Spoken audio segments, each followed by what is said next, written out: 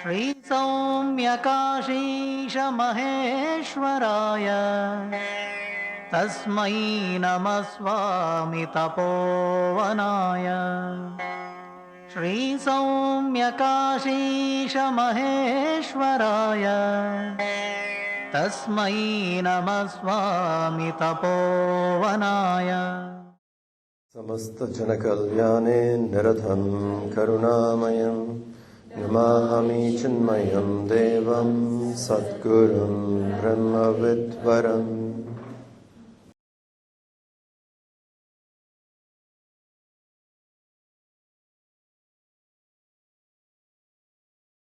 Gurudev.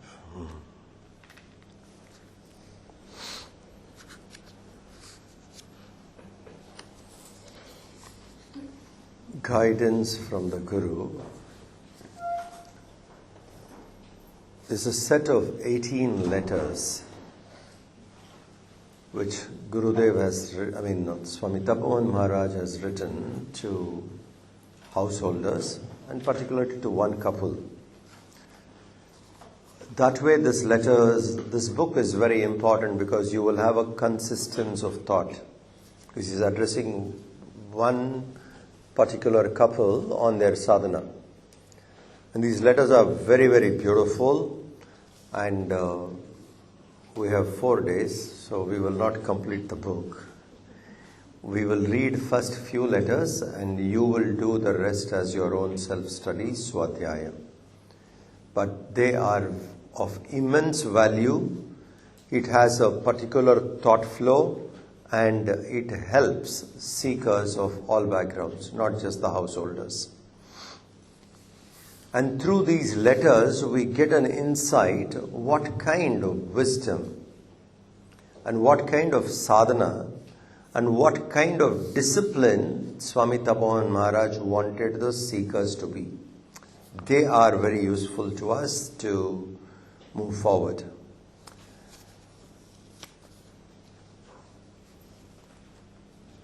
Most of you know, in the Gita, Krishna says, among the mountains, I am Himalayas. Sadhus living around Tapovan Maharaj's time, contemporaries like Udiya Baba, Swami Shivananji, these kind of masters of that time considered Tapovan Maharaj as glory to Himalayas. Now, it's not you and I saying Tapovan Maharaj is glory to Himalayas. It is people like Swami Shivananji saying Tapovan Maharaj adds glory to Himalayas. Now, we can understand the kind of reverence they had for him.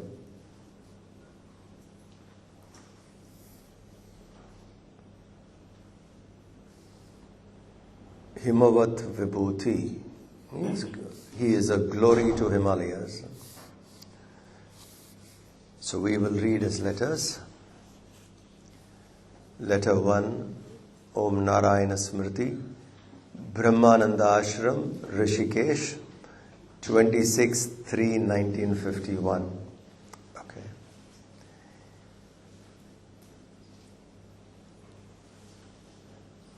Once Swami Tapovan Maharaj reached Himalayas, maximum he came down was Rishikesh. Very, very few times further from Rishikesh, he came to Haridwar. And that too if there was something like Kumbh Mela happening in Haridwar.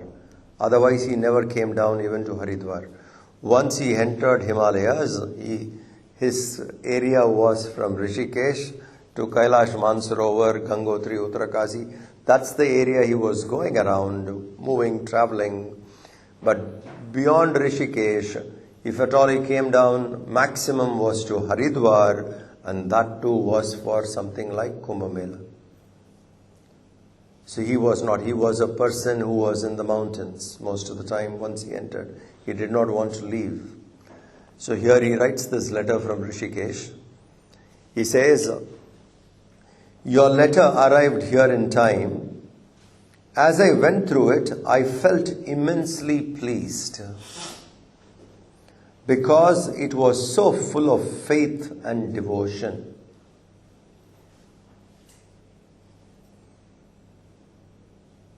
There's so much in this first line. You understand? Think about it.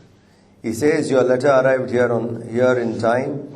As I went through it, I felt immensely pleased because it was so full of faith and devotion. Shraddha and Bhakti.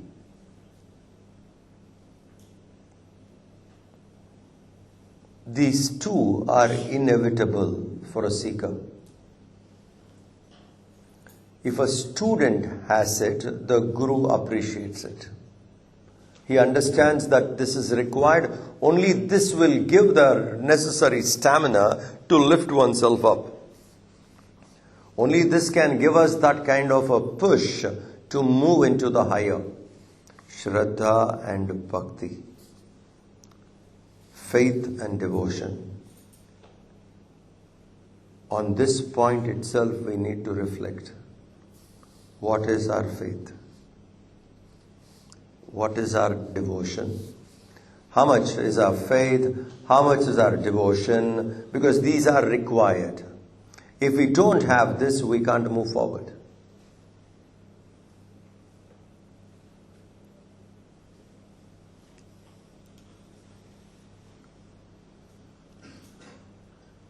The difference between belief and faith, our beliefs can change. I believe in something today, and that can change. Faith cannot change. To arrive on faith takes time for a seeker. To commit to belief is easy. You see something, at that momentary time you accept it, and there is a belief. But for the belief to transform to faith is a very long time. The starting point is belief. And once you start believing, slowly the doubts disappear. Slowly the conviction rises. Because the intellect keeps analyzing. Belief can start with emotions. Belief can start with mind. For faith, you need intellect, discrimination, analysis, asserting, and going on. All those work the intellect does. And then at some point of time, there are no more doubts. The intellect is convinced. Then it becomes faith. That faith is mandatory for us to move.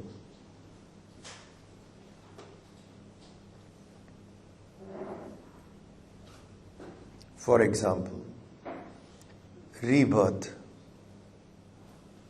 that we are born again and again. Is it belief or faith? Think. Now I just want you to be sure on some of the basics of Hinduism. For our journey to begin, we need to know, is rebirth for each, it depends individual to individual. Is it at belief level or is it at faith level? Now, if it is at faith level, very good. You should not have any doubt about it. Oh, I think maybe it is there, maybe not there, because you're not going to experience it directly. Your logical mind will tell you. When you read the scriptures, the intellect will say, yes, looking at the karma, looking at the differences, various other factors, you know it is there, and it is to the realm of inference, not direct. Except for some few people, it can be direct experience, which they can remember something of their past naturally. Okay. So, but for most people, it is only inference. But the intellect should be convinced that the possibility is this only. So when we talk about it, something like this, these basics, we should know, is it at belief level or is it at faith level? The concepts of Vedanta, is it at belief level or is it at faith level? We should be clear about it. The words of the teacher, is it at belief level? Is it at faith level?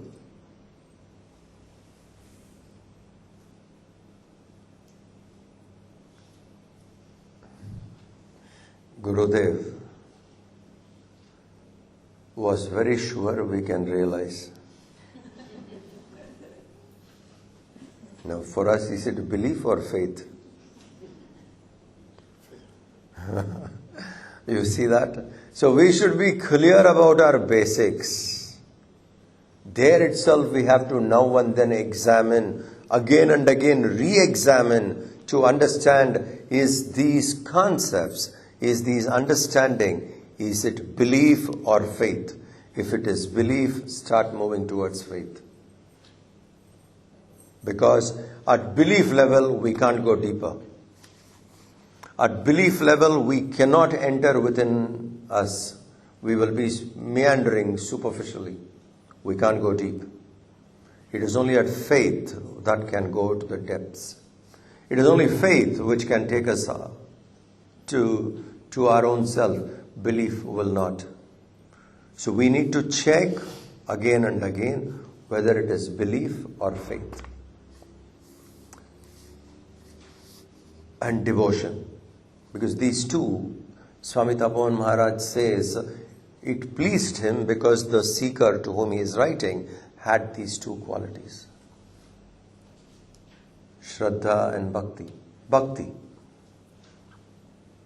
Are you a devotee? Oh, I think so. Or are you a devotee? I am a devotee. Can we be? Or in the making? I am a devotee in the making, or am I a devotee? If I am a devotee, because we should know where we stand. If I am a devotee, God realization is our first priority. Then we become a devotee. Every other thing is secondary. There can't be anything in the world which could look more important than realizing the self, including all your attachments. God alone. When we come there, then we become a devotee. If we are not there, we should work hard to get there. Because that is the platform from which we can shoot off. Launching pad is that. Shraddha and Bhakti. So the opening sentence is so powerful. As I went through it, whatever they have written, we don't have copies of their letters. We have only preserved what Swamiji has written to them and they have handed over. So he says here, your letter arrived here in time. As I went through it, I felt immensely pleased because it was so full of faith and devotion. So this is the first point. Here at the very outset, I may observe that a love for spiritual life is the mature result of generation of meritorious action.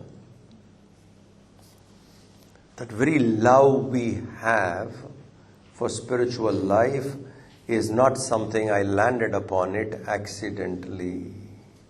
None of us here would have come to this accidentally. If we have come, and that too we have come under the grace of somebody like this glorious parampara, the parampara of Swami Shivananji, the parampara of Swami Tapovan Maharaj, a combination of that we are. Coming under Gurudev, you think that would be accidental? Just like that we landed into it? Impossible. This we will not have access because this is the most precious. And to arrive upon something this precious, it has to have connectivity with the past. It is that's why Swamiji says here at the very outset I may observe that love for spiritual life is the mature result of generations of meritorious action. It's born out of generations of meritorious action, not 1-2 life. We get that it is because of past. Nahi jnanena sadrisham pavitram hya vidyate. There is nothing more sacred here than this knowledge. Here in this universe. Not just this loka. In this universe, there is nothing more sacred than this knowledge. To arrive upon this knowledge will never be accidental. It would never be something which we just got it like that. You can't even call it coincidence. It is purely meritorious actions of the past has brought us here. It's purely that. How do we get a chance otherwise? So here Swami Tapovan Maharaj is clarifying this particular doubt so that it applies to all of us, that we are here only because of our own past meritorious action. Otherwise, access to this knowledge will not be there. You can see it within your family. Not all members in the family are interested in this. Few. A family of seekers? Very rare. You understand? 1-2 members in the family would be there. The atmosphere is the same, the teacher is the same, but not all have that. So it is not something which we get accidentally just like that. If this knowledge has come to us, we should understand it is because of the meritorious, our own meritorious actions of the past. So this line is also very beautiful. I may observe, he is making it very clear. I may observe that love for spiritual life is the mature results of generations of meritorious action. Now he goes further. We just read one paragraph, okay. First paragraph, introduction. What he has written. How blessed these people are to receive a letter of this kind. To worship a chosen deity is not only easier, it also more suited to the times. To worship a Ishta Devata is not only easier, it is also more better for the times. The times in which we live, this would be more appealing. This would be more easy. There was a time in the Vedic culture, people worshipped God as absolutely formless.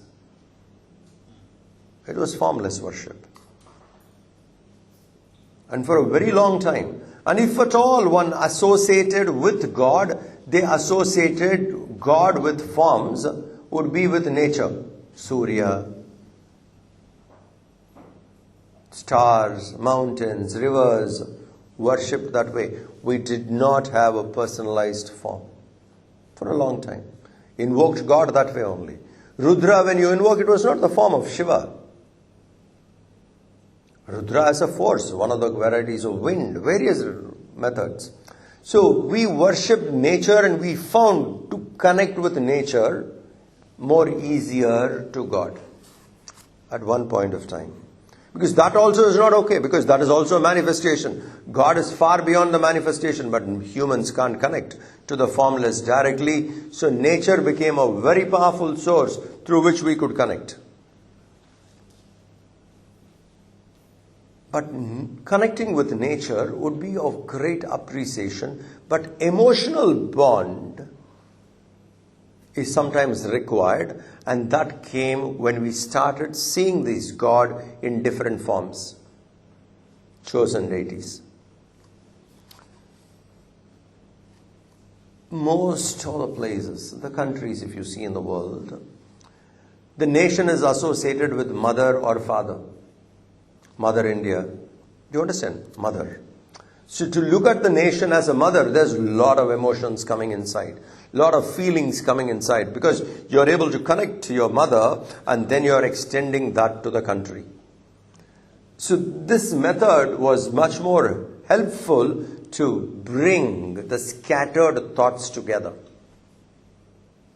Otherwise, thoughts are scattered, the feelings are scattered. It brings to one point. And single-pointed, all scattered thoughts coming towards one is really important. So a chosen deity is, that's why Swamiji says here, to worship a chosen deity is not only easier, it is more suited for the times. As seeker, it is good to have a chosen deity. And please make sure as teachers, taking Balviyar, study class, etc., Yuva, Kendra, whatever, make sure that the children who come to listen to you also understand this well.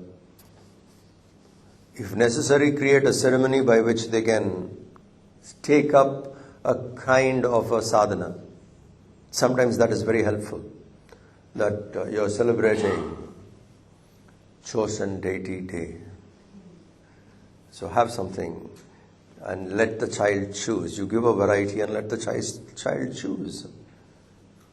Help the child choose. You don't choose for the child, just help.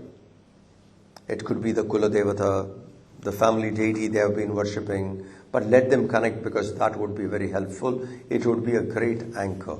So Swamiji says here, to worship a chosen deity is not only easier, it is also more suited to the times. A householder's life is mainly one of action, and those in that stage of life ought to do their best to keep their actions pure. Householder's life is a life of high responsibilities. Think. It is the householders, grahasthas, who maintain the world.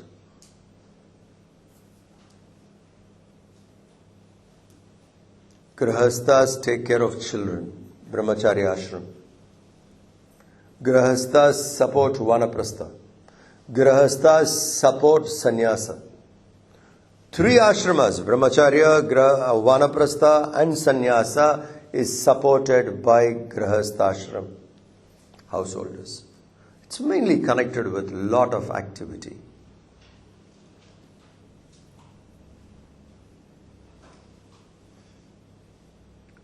That means that is an age. Children can't perform much because they are young. They need to be groomed. It is the householder's time. That phase of life is where one has maximum capacity, ability to generate wealth, to increase prosperity, to spread goodness. That is the time. New initiatives. One is energetic. Can take, sustain. Vanaprastha time, slowly the efficiency is on the decline. And Vanaprastha has to change, turn his mind towards God. It's a kind of withdrawing, not indulging, not taking up more, but withdrawing. Otherwise, as a grahastha, you indulge into all kinds of things, activity, progress, prosperity, various things. But grahastha ashram would be like, I have done all this, now I'm slowly coming out. Because that was needed and I played that role, now I'm moving away slowly. And sannyas is, you drop everything and mind is seeking only the Lord. For your information, in the past, sannyas was compulsory.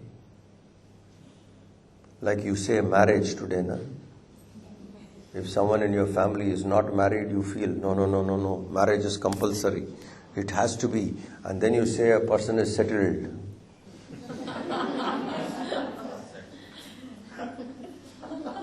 How you feel, it is your duty, it has to happen. Same way sannyas was compulsory.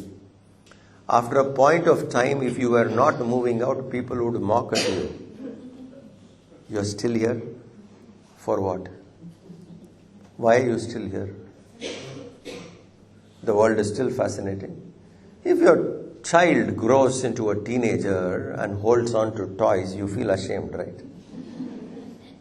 My daughter is 18 years old, playing with dolls. Similarly, if a Grahastha doesn't drop the world, he was laughed like this. Move on, you can't stay here. Dhritarashtra, look at the attachment. Dhritarashtra, after losing the war, Yudhishthir becomes the king. He did not go away for 3 decades after that. 30 plus years he was holding on. Bhima used to taunt. Vidur used to tell him, saying, let's go away. Why you want to hear all this? Vidur, after continuous persuasion, took him finally. They moved to the forest, saying, yes, done with all this. Now the rest of the life is meant to seek God full time, get there, because that is what is the goal. Not holding on to things. We do not want to go. Therefore we say, oh, I have a family to take care. This family is important. What are you saying? I need to do my duty all life? And how well are you doing your duty?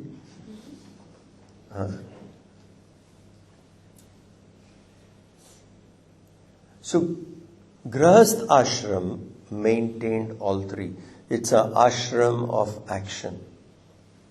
Activity. You have to involve yourself to do it.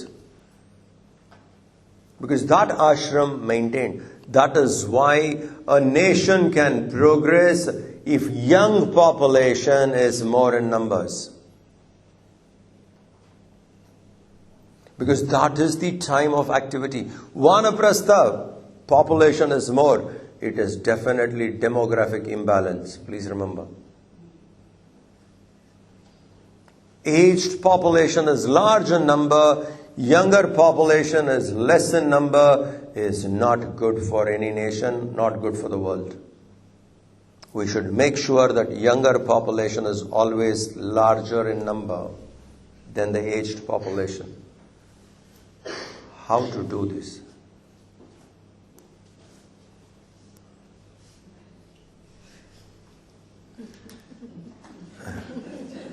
How to do this? Please understand. You must have 2.5 children. Minimum 2.5. What do you mean 0.5? I am talking mathematics. 2 people should have 3 kids. 2.5, that's what I meant. So it is 3. 2 people should have 3 kids. Because 2 should not reduce to 1. The population would shrink. The younger population would shrink. If the young people are able to produce 3 at some point of time, that would be the more. That is why in the past, people had large children. You check your own grandparents. Check your own grandparents. They were sensible people. You may think that, oh, they did not know these methods of control. Birth controls were not there. They didn't understand the population of the earth. All that is our ignorance. They were wise people. Just check your own grandparents and see what is the size of the families they had.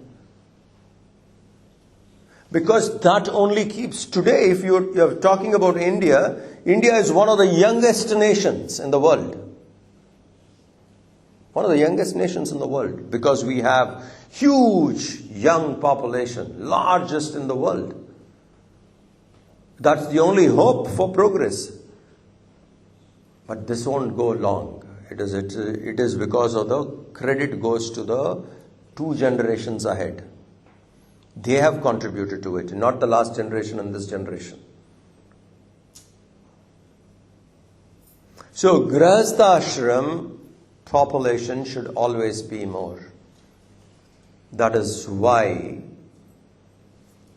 we never recommend pleasure over responsibilities. Responsibilities are more important. Getting married is not for pleasure. Getting married is responsibility. you owe to the next generation. We need to keep it going. Only then this way of life can be maintained. Young population should be larger numbers. So when we say here Grihastha Ashram, so when Swamiji says here, a householder's life is mainly one of action, and those in that stage of life ought to do their best to keep their actions pure. We need to perform actions because a Grihastha has to be involved with activities. And a Grihastha involved in activities should keep, and how should the activity be? The action should be pure. So he says here, to do their best to keep their actions pure. Take a vow not to do anything impure or forbidden by the scriptures, even to save your life. Even to save your life, don't compromise on the instructions given by scriptures. Scriptures are the manual for life. We may not understand the scriptures correctly because we can misunderstand it more. Because when you read directly, sometimes you will not know. Dharma, for example, can be a very confusing topic.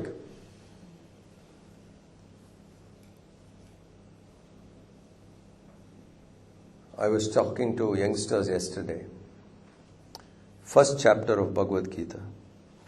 Remove Arjuna. Put Duryodhana and read that. First chapter, wherever is Arjuna Uvacha, take that away. Duryodhana Uvacha. Just simply for fun of it, you read. Read as if the Gita opens, with Duryodhana saying. If Duryodhana said everything what Arjuna said, it is perfect dharma. Place is Kurukshetra. In the right place. To whom did he speak? Arjuna. To Krishna, to the right person. In the right place, to the right person. But when Arjuna uttered, it was wrong. If in the same place instead of Arjuna, Duryodhana had uttered, it would be dharmic.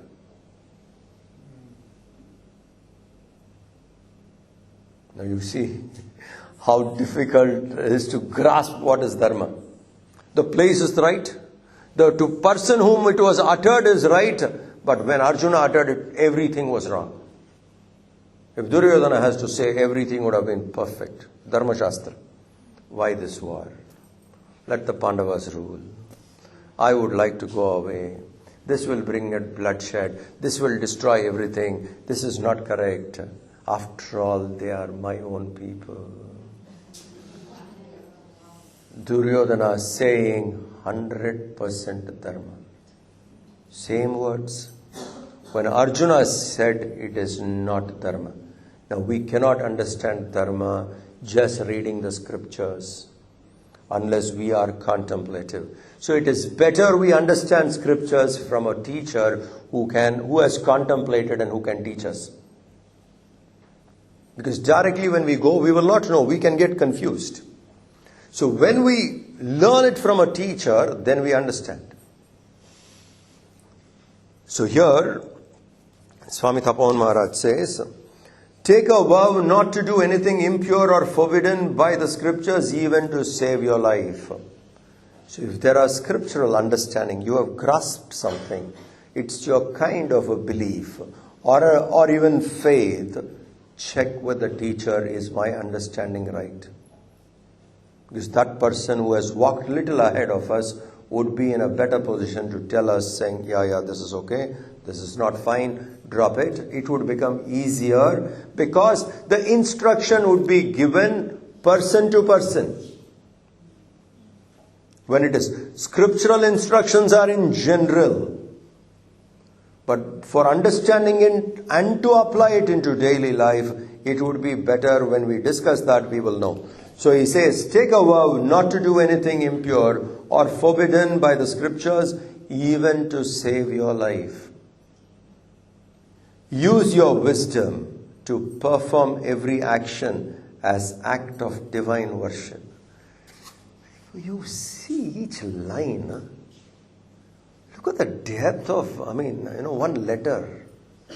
It only shows What kind of a person Swami Tapovan Maharaj is? See the instruction. He says, use your wisdom to perform every action as an act of worship without caring for its fruits. Use your wisdom. Use your wisdom for what? To perform every action. Householders, grahasthas living here. Use your wisdom to perform every action as an act of worship. I am doing this, O Lord. You have given me this responsibility. I am serving you through this. Use your wisdom to do it. So he says, use your wisdom to perform every action as an act of worship, as an act of divine worship, without caring for its fruits. Your duties, if you learn to convert it to worship, then it becomes a life of prayer. It is an art. That's where the wisdom is required. The daily duties, the activities I perform, to the actions which I am committed to, my responsibilities to the world, every small thing what I do, I must do it as wisdom. As worship. Doing it as worship is wisdom. So it is an art of converting all responsibilities as worship. Use the intelligence to do it correctly. Use your wisdom to perform every action as an act of divine worship. And then he says, without caring for its fruits. Make all actions pure. Do your duty. What is dharma? Do it. Perform it. What is our responsibilities? To everything, perform it as an act of worship. Oh Lord, this I am doing because it is my duty. And this is the way I seek you. Reaching God through actions. Seeking God through responsibilities. Invoking the grace through one's performance of duty. As an act of divine worship, without caring for its fruits. Thus make all actions pure. When I perform an action without attached to the fruit, that action is pure. When an action is performed with attachment to the fruit, it is not perfect. It's not pure. The action becomes pure when there is no attachment to the fruit. How should a grahastha live? Look at the instruction. How should one live? Live here. Do everything which one has to do. Do it as worship. But to the fruit of that action, don't have attachment. Then it becomes pure. So he says, without caring for its fruit, thus make all actions pure, uncontaminated by the desire for reward. This has to be done. I will do it. What will be the outcome? That is for the Lord, not for me. I am not attached to the fruit. What I need to do, I will do. Let the result be given by the Lord. In this spirit, perform action. Because result is not in your control. It is only at your wish level. It is only at your wish level. You may wish for it. That's all we can do. We can wish. I wish this happens. Whether it will happen or not is not in our control. Why? Because you could be most efficient in doing it. But the result which we get is based on too many factors. Some of it is extremely subtle to grasp, but all those so many factors are involved. That's why karma is not easy to understand. Law of karma is difficult to understand.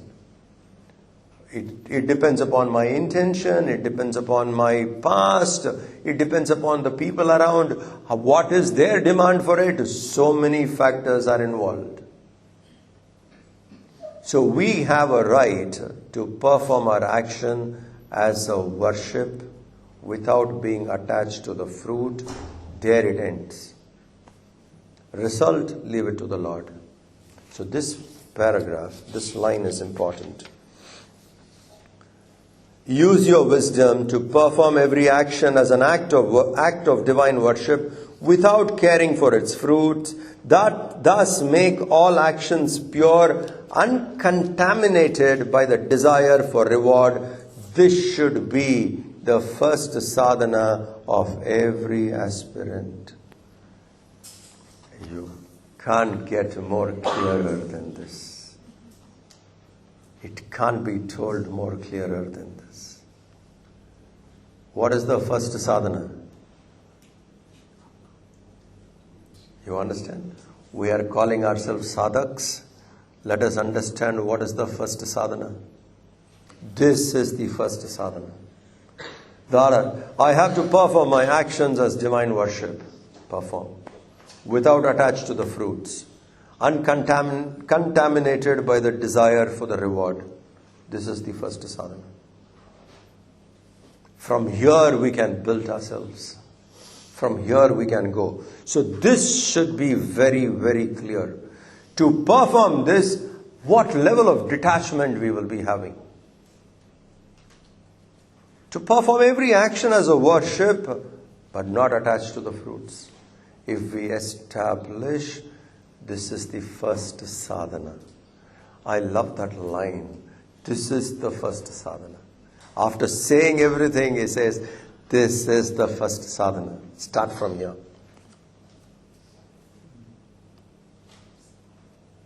Vedanta is practical. It is not theory. It is practical. It can't stop only at theory level. It is applicable. It is livable. We can do this. Just imagine we achieve this first sadhana. How would the rest of the life be? Everything we do is worship. Everything we do is seeking. And everything we do is pure. Uncontaminated for the reward of it. There's no attachment. Actions continue, no attachment. Actions are pure. They show us a way to seek God.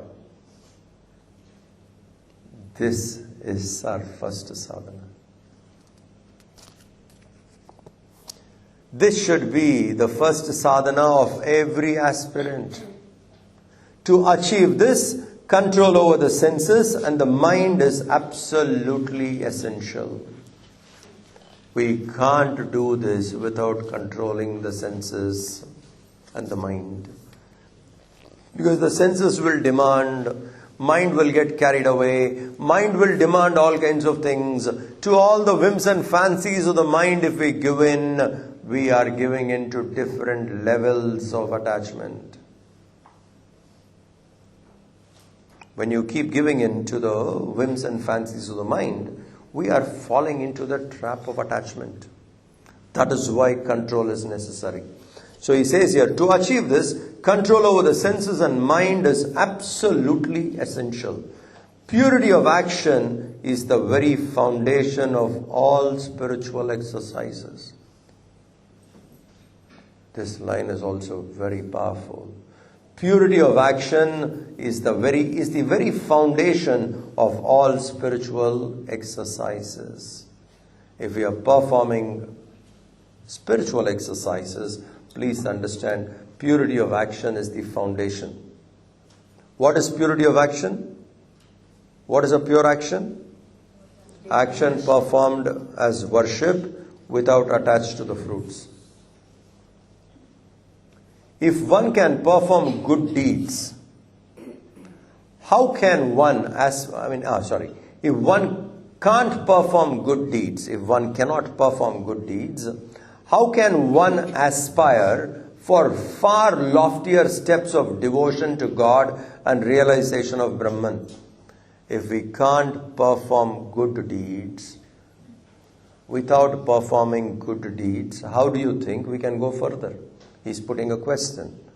So Swamiji is saying very clearly, how can, if one can't perform good deeds, meritorious actions, seva, working in the spirit, if we can't do these, how can one aspire for far loftier steps of devotion to God and realization of Brahman? If this can't be done, that is impossible. So please let us understand one thing very clearly. When we do good deeds, service, you are not doing a favor to anybody. We are doing for our purification. Let us be grateful for the opportunity of service. And let us do it in this spirit. Don't ever do service with the attitude that you are doing a favor to someone. That will not help. We do it because this is important. We do it because it is to be done. And we feel grateful to God for giving this opportunity to do. Thank you, God, for providing an opportunity to serve. I am grateful to you. So we must have this feeling very clear, whether we take classes, whether we serve otherwise. We must be very grateful that we have been given an opportunity to serve. Not that attitude comes that I am doing a favor to someone. No, this is done for our purification. So he says here, if one can't perform good deeds, how can one aspire for the far loftier steps of devotion to God and realization of Brahman? Continuing. One can worship one's chosen deity with good deeds and moral conduct. How do I worship my chosen deity? With good deeds and moral conduct. This is your Ishtadevata. It can be Gurudev, it can be any other, it can be Krishna, it can be Shiva, it can be Goddess Saraswati, it can be anybody. To that chosen deity we dedicate our actions. Invoke. So this line is powerful. One can worship one's chosen deity with good deeds. Look at the prayer level. One can worship the chosen deity with good deeds. We always think we worship the chosen deity with flowers, with fruits. That ritual is important. It should continue, but it can't stop there. One can worship chosen deity with good deeds and moral conduct, having a life of values and virtues.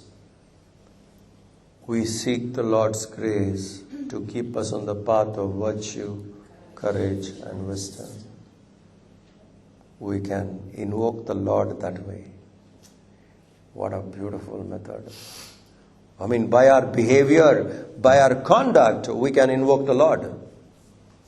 When we live like this, the Lord will come to us. So one can worship chosen deity with good deeds and moral conduct. Repeat the mantra of the deity. Worship of his image and meditate upon him. By such acts of devotion and by performance of good deeds, of course without desiring their fruits. He's coming back to first sadhana. Repeat the mantras of the deity. Worship his image and meditate upon him. By such acts of devotion and performance of good deeds, of course without desiring their fruits, one ought to purify one's mind concentrated. This way, if we live, we will purify our mind, that the mind can stay focused. Without a purification of the mind, to stay focused would be very difficult. Purification of the mind means a lesser amount of thoughts. When thoughts are less, we would stay more focused. If too many thoughts are there, our attention would get scattered all around. Can't stay focused. Thought flow has to be reduced. thought flow can reduce when we have control over the senses. When we control the senses, the thought flow obviously becomes less. Then we stay focused. Only a mind shun of all purities of likes and dislikes becomes entitled to follow the path of jnana, which is of the nature of self-enquiry. When you have to do reflection on this book, please do it 3 times, minimum. This particular letter I'm saying, do it minimum 3 times. It has to sink in. It doesn't go in one reading. It doesn't go in one session we have. It has to be reflected because each line is potential. Each line is very deep. It's a loaded statement. He says here, only a mind shun of all impurities of likes and dislikes becomes entitled to follow the path of jnana, which is the nature of self-enquiry. When we operate in the world of likes, dislikes, raga, dvesha, we can't move. We need to conquer that to get closer. With intense likes and dislikes, how do we go on? What comes to your mind at prayer? That which is bothering comes to our mind. Intense likes and dislikes. Likes, you feel like not losing them. You want to hold them. There is a threat. There is an insecurity. Dislikes, there is a hatred. They keep coming. If our mind is going to be a subject to all this, how do we move forward? So he says here, only that mind shun of all impurities of likes and dislikes becomes entitled to follow the path of jnana, which is the nature of self-enquiry, for our own sake, not for anybody else. For us to progress, for us to move forward, we must drop likes and dislikes. By not disliking someone, I am not doing a favor to that person. I am doing favor to myself. Oh, I have forgiven somebody. I don't dislike anyone. You did so much to me. Now I don't dislike. Don't. You have never done a favor to someone. It is a favor to ourselves. Because I need to move. How long I can stay here? How long I have to be like this? I need to go to the next level. For that I need to do, because we are talking about realization. And if it is out of faith, then that means we are very serious about it. Then these things can't come into our life. We need to drop them. The sole means of liberation is immediate knowledge of the self, arising out of enquiry of the self. That is the goal. There it is we who have to reach step by step. That is the goal. Realization of the self is the goal. Very clear. All masters have told, the scriptures have told, that goal is God. So he says here, the sole means of liberation is immediate knowledge of the self. When I understand the self, immediately I am liberated. Till I understand the self, I am in bondage.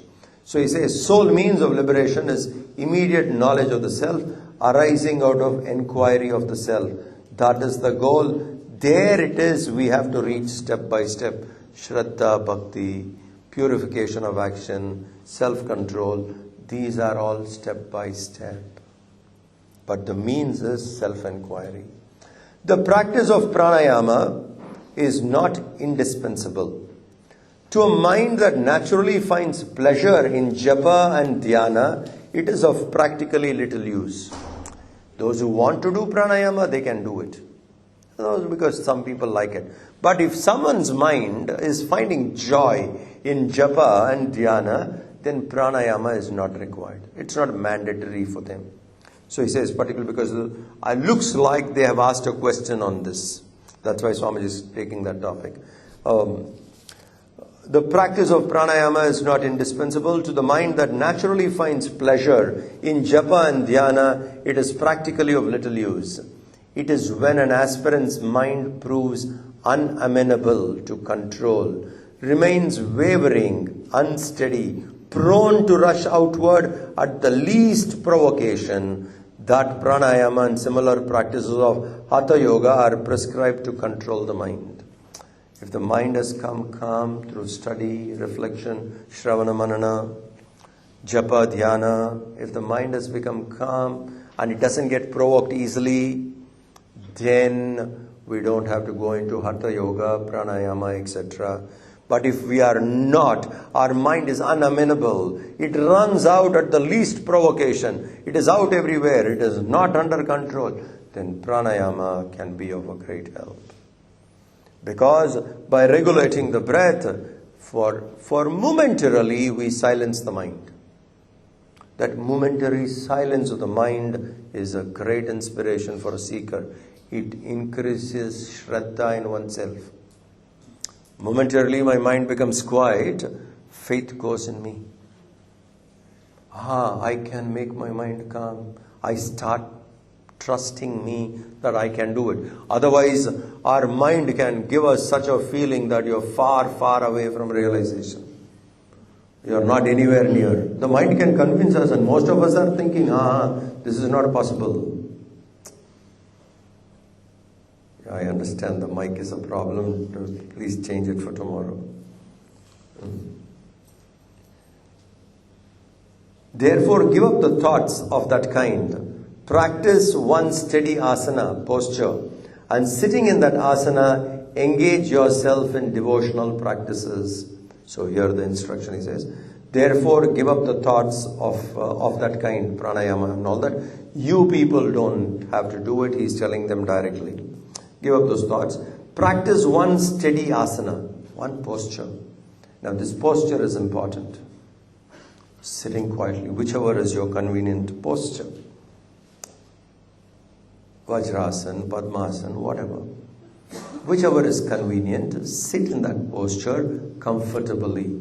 Asana Siddhi is if you can sit in a posture for 3 hours. You have perfected it.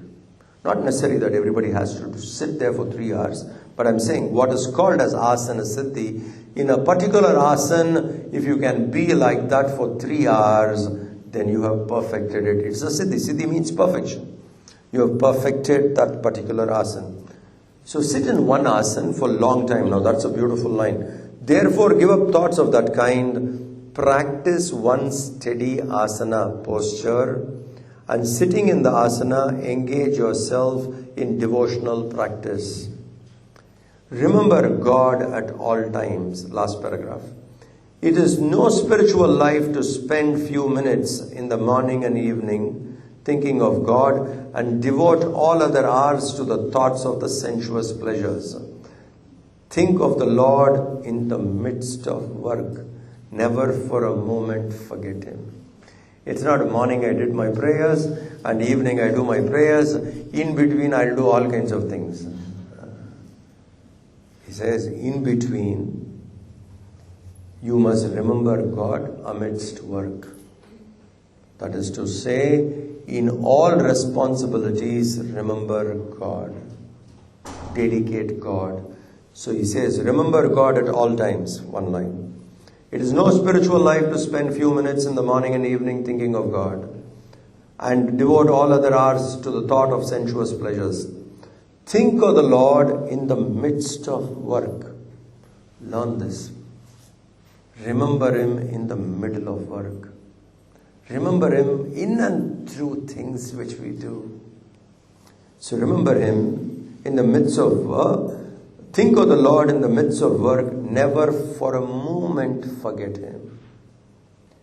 Receive the parcel of eatables after the first of Medam. That's one of the months.